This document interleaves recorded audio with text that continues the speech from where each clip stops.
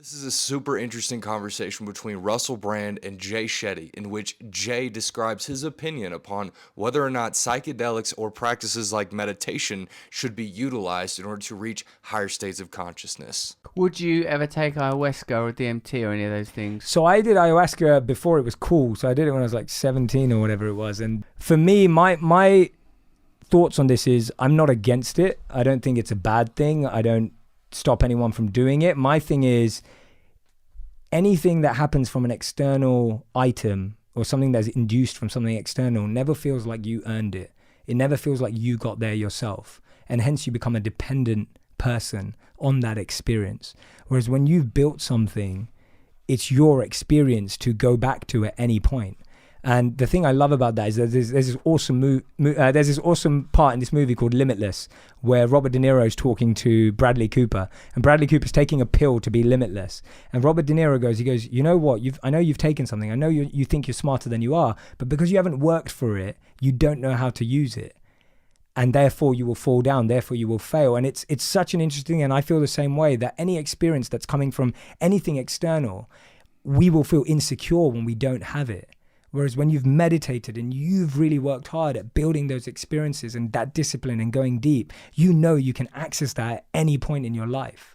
And that's the beauty of doing it yourself, to get there yourself. That's good, and I see why you cited Stoicism as one of your interests or formative philosophical influences, because there is a degree of asceticism and denial in that, and that denial is not meant to be self-punishing or self-flagellating, but actually a way of accessing a truth that, as you have wonderfully described, not dependent on external coordinates or stimulation. In that clip, Jay mentions how anything that we experience that's triggered from external stimulus is going to cause us anxiety whenever we don't have that external stimulus, but we want the same experience that it was triggering. I completely agree, and I've seen it firsthand. If you go to an ayahuasca ceremony, the chances of you meeting somebody who's been to these ceremonies on multiple occasions, upwards of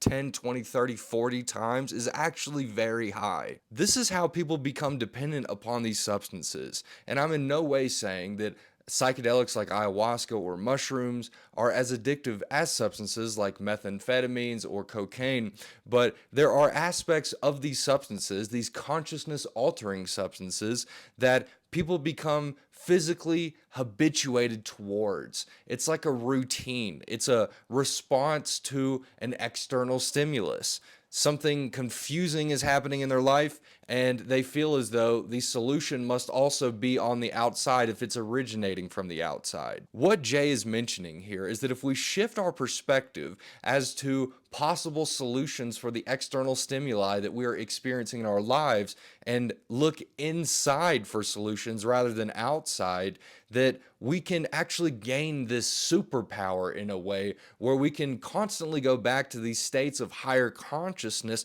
whenever we decide, if we learn the practices that enable us to get there on our own. He mentions a movie, Limitless, and a scene in which one of the characters is aware of the fact that the other character is taking drugs, and that's what's enabling him to have such an edge upon his competition and so on and so forth. But the original person who's aware of the drug user sees himself how it's a mistake and that it's not authentically who the drug user is, and that because of that, obviously he's not going to be that way for forever. And, spoiler alert, that's how the movie ends. This is such an interesting conversation because they're talking about rather unpopular opinions within the psychedelic community. And again, this isn't to say people should use one thing or the other, but it's to say that if we can open our ability to have these experiences in a multitude of ways, then we're not so much limiting ourselves to having to do what we need to do to get those experiences in the only way that we know how to achieve them, which in a lot of cases is, people having to contact somebody who they can get these psychedelics from. And sometimes that's not a super safe and reliable practice to follow. Whereas, you know, if we can include learning how to have these experiences through natural practices like meditation, that it can open up an entirely new world for us in the exact same way that someone who's never tried psychedelics is opened up when they do first try them. Subscribe to this channel if you enjoyed watching this video, if you thought it was interesting, and if you would like to see more videos like this one. Thank you so much for watching, and until the next video, I love you all. Peace.